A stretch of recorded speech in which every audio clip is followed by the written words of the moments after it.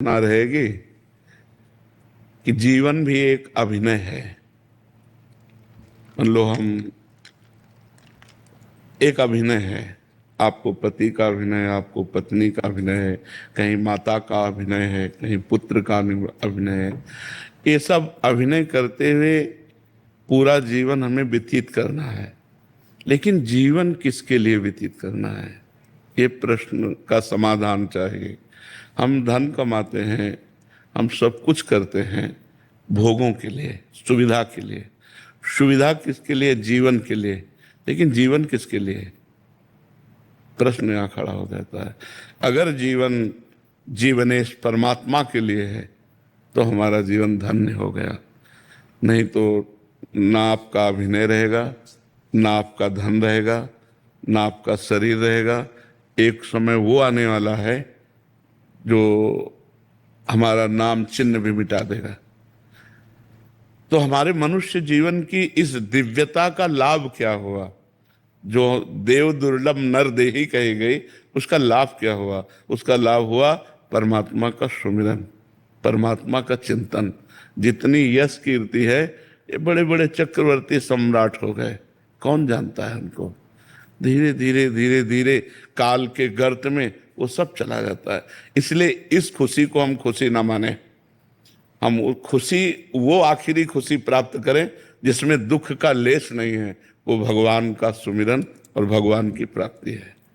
अगर परमात्म चिंतन है तो मान में और अपमान में, लाभ और हानि में, सुख और दुख में, जन्म और मृत्यु में समान स्थिति प्राप्त होती है। इसलिए हमारी प्रार्थना है, भगवान ने आपको भेजा वृंदावन और यहाँ संत समागम में आए तो कुछ नियम ले लो नाम जप का।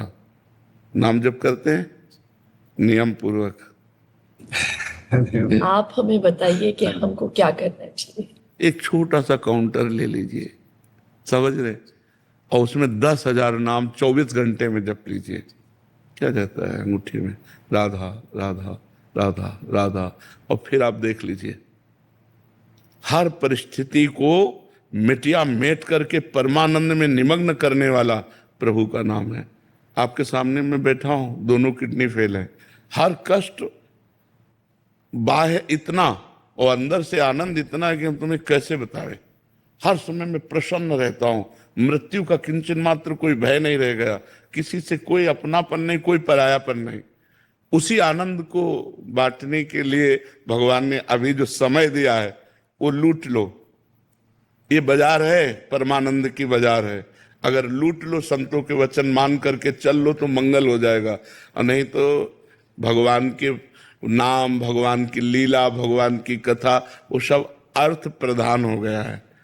अध्यात्म कभी बिकता नहीं है, और जो बिकता है वो कभी अध्यात्म होता नहीं है।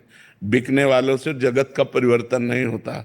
जगत का परिवर्तन होता है जो स्वयं परमात्मा में बिक गया और केवल परमात्मा ही उसकी दृष्टि है।